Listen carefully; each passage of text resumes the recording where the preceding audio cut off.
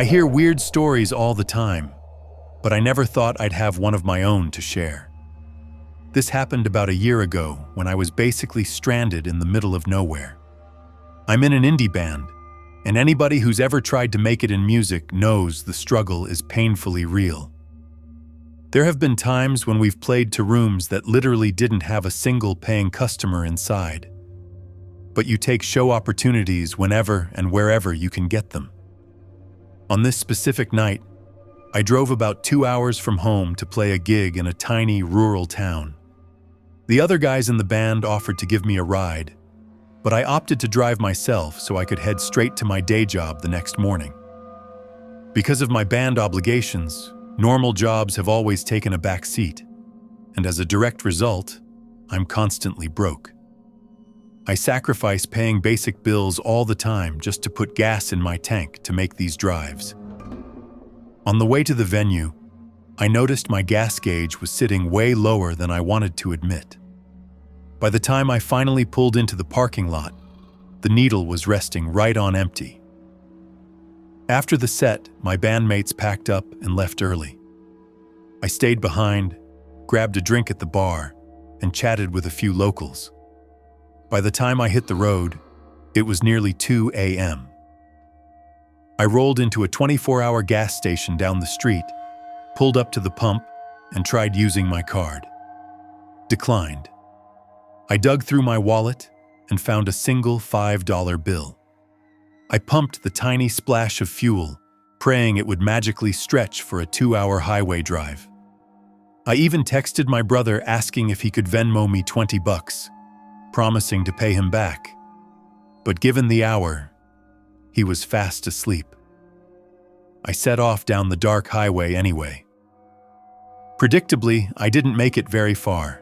With almost an hour left of driving ahead of me, the engine sputtered, died, and I coasted onto the pitch-black shoulder. Dead silence filled the car. My phone had practically zero service, just a single flickering bar that wouldn't load a thing. I thought about trying to walk up a hill to get a signal, but I didn't want to call my family at 2:30 a.m. and panic them when I was so far away. I considered sleeping in the car until dawn, but I wasn't sure if it was illegal to park overnight on the side of the highway, and the whole setup just felt dangerously isolated. I decided my safest option was to just wait out the clock inside the locked car. Once 6 a.m. hit, I could call my brother, get some gas brought out, and figure it out. I tried opening YouTube to kill time, but the video just buffered infinitely. Feeling completely helpless in the dark, a harsh wave of reality hit me. I really need to get my life together, I thought. I had been sitting there in the quiet for about 30 minutes when something caught the absolute edge of my vision. I turned my head toward the passenger side window. Standing in the tall grass about 40 feet away from my car was a figure in a dark hood. They weren't moving. They weren't making a scene.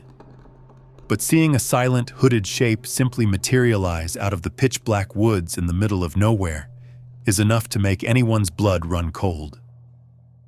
My heart slammed into my ribs. I immediately double-checked that my doors were locked, keeping my eyes glued to the figure. I briefly glanced into my rear view and side mirrors, scanning the surrounding shadows to see if this was a setup, if there were other people or a car waiting to block me in. Nothing. Just the endless dark road and this silent person standing in the grass. When I looked back out the passenger window, my breath hitched. They were moving toward my car. It wasn't a run or even a normal pace. They were inching forward unnaturally slow, taking agonizingly deliberate steps. A sickening wave of claustrophobia hit me. I was sitting inside a vehicle, but without gas, I was completely trapped. It felt like being stuck in quicksand. Eventually, the figure stopped just a few feet from my passenger door. In the faint glow of the dashboard lights, I could finally make out a few details under the hood. It was a young woman, likely in her early 20s, with blonde hair tucked into the fabric. With my window rolled completely up, I began yelling through the glass. "Hey, what do you need? Are you okay?" No answer. She didn't move a muscle. She just stood there, staring straight at me through the glass. It was the most unnerving moment of my life. Every minute or so, I'd shout through the window, offering help, but I got the exact same response: dead silence. This might sound absurd, but out of sheer desperation and rising panic, I tried to ignore her. I was trapped, my phone was useless, and I wasn't about to unlock my door. So I turned my head, stared straight at the steering wheel, and started humming songs and mentally working out chord progressions, desperately trying to block out the fact that a strange woman was standing 18 inches away watching me. Unsurprisingly, ignoring a quiet threat right outside your window is impossible. After another 10 minutes, the dread became suffocating. I decided I needed evidence.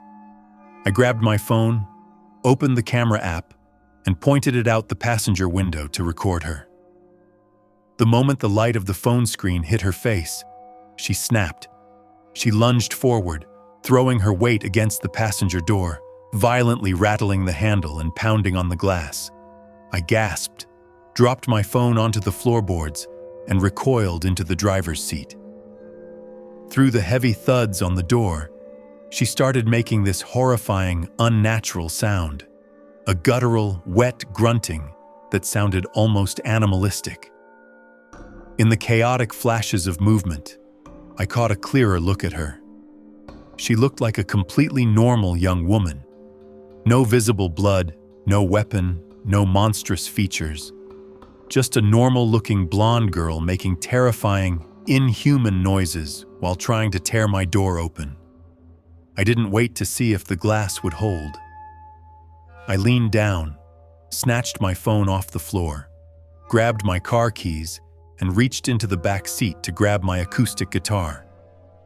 Taking a deep, shaking breath, I unlocked the driver's door, threw it open, and sprinted down the dark highway as fast as my legs could carry me. After 50 yards, I stopped, turned around, and looked back. She hadn't chased me. She wasn't breaking into the car either. She was just walking down the middle of the road in my direction, at that same slow, agonizing pace. "What do you want?" I screamed into the dark one last time. She didn't reply. She just kept walking toward me. Nope. I turned on my heel and ran. I remembered passing a small town a few miles back before entering this long stretch of nothingness. My plan was simple: run until I hit the town edge, wait for the sun to rise, and call for help. I know what you're thinking. Why didn't I just dial 911?